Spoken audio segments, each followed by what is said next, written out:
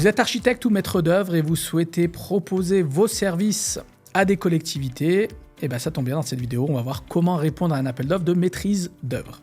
Avant ça, je me présente, je m'appelle Mohamed et j'ai créé le site akonia.fr ainsi que cette chaîne YouTube pour vous aider à répondre efficacement aux appels d'offres et au marché public. La proposition de réponse que je vais faire dans cette vidéo, elle est forcément généraliste, chaque projet étant différent. Il sera important pour vous de personnaliser le contenu de votre dossier aux exigences de l'acheteur, c'est-à-dire de récupérer les éléments de cette vidéo, mais de les adapter par rapport à ce qui est demandé dans le cadre du marché et également par rapport aux caractéristiques de votre entreprise. Répondre à un appel d'offres, c'est tout d'abord télécharger un dossier de consultation des entreprises, le lire et analyser pour en retirer la liste des documents à fournir. Et cette liste des documents à fournir, eh bien, on peut la diviser en deux parties. On va fournir ce qu'on appelle les pièces de la candidature d'un côté et les pièces de l'offre de l'autre. Les pièces de la candidature vont permettre à l'acheteur d'évaluer vos capacités techniques, professionnelles et financières par rapport à la mission. Elles se composent le plus souvent d'un formulaire DC1 et d'un formulaire DC2, ainsi que d'attestations et de certificats. Il est important de noter que le DC1 et le DC2 peuvent être remplacés par un DUM. De l'autre côté, les pièces de l'offre vont permettre à l'acheteur de vous attribuer une note, et c'est cette note qui sera comparée à celle des concurrents pour choisir le futur titulaire du marché. Dans les pièces de l'offre, on va retrouver le plus souvent l'acte d'engagement, votre offre financière ainsi que votre mémoire technique. Toute la partie candidature de la réponse à un appel d'offres est traitée dans une formation accessible directement via le site akonia.fr. Cette formation, elle s'intitule 5 astuces pour monter des dossiers gagnants en une demi-journée et elle vous permettra de récupérer votre kit de démarrage sur les marchés publics. Dans la vidéo que vous suivez, on va surtout s'intéresser aux mémoires techniques qui est le document de base de la réponse à un appel d'offres. Alors qu'est-ce qu'il faut y mettre dans ce mémoire technique? Quels sont les éléments à aborder? En règle générale, il y en a 4.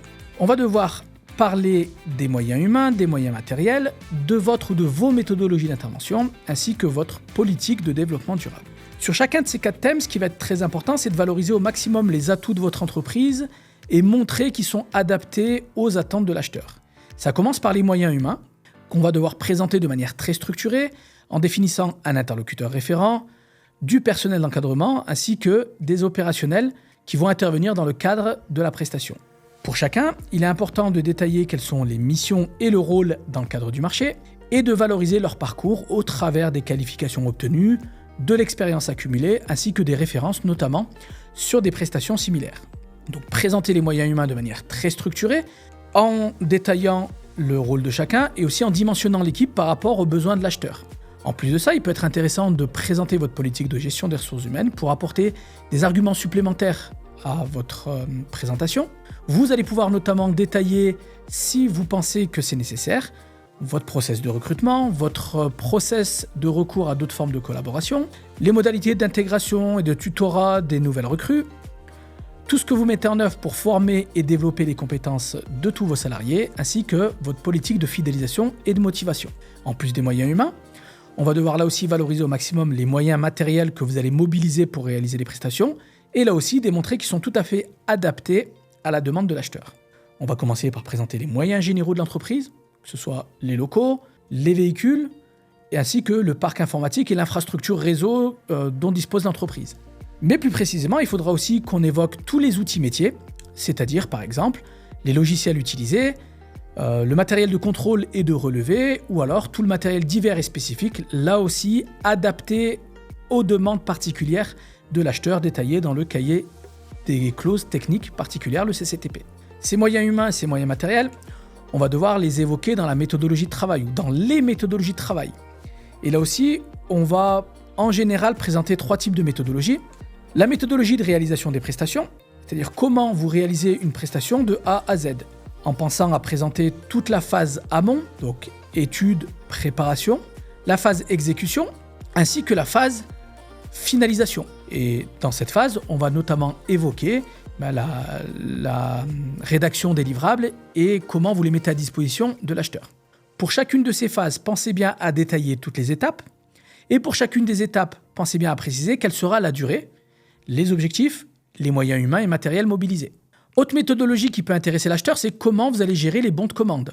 Donc pour un acheteur, notamment si vous intervenez dans le cadre d'un accord cadre, il est important de savoir tout ce qui va se passer entre le moment où il va vous envoyer un bon de commande, et notamment les modalités que vous mettez à sa disposition pour vous envoyer les bons de commande, jusqu'à la validation de la prestation et sa réalisation.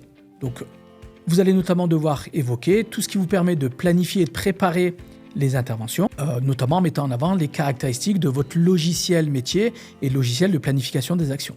En plus de ça, ce qui peut être intéressant, là aussi en fonction de ce qui est demandé par l'acheteur, c'est de présenter comment vous gérez les aléas.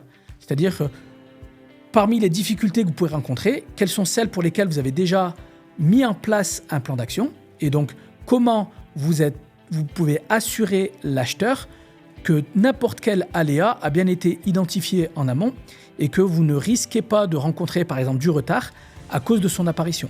Enfin, on va devoir évoquer la partie développement durable. Pour toute entreprise, il est important aujourd'hui d'avoir une démarche RSE, une démarche de développement durable, et de présenter les actions que vous pouvez engager.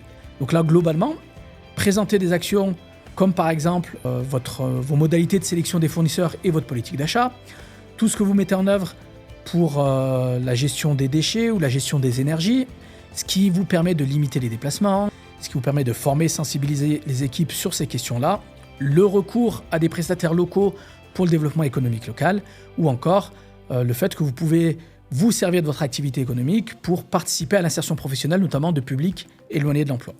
Donc dans cette partie-là, on va présenter des actions très concrètes, mises en œuvre par votre entreprise, en essayant là aussi de valoriser au maximum les actions que vous allez pouvoir mettre en œuvre dans le cadre du marché et démontrer donc que votre politique générale de développement durable aura aussi un écho dans le cadre spécifique du marché pour pouvoir être bien évalué par l'acheteur.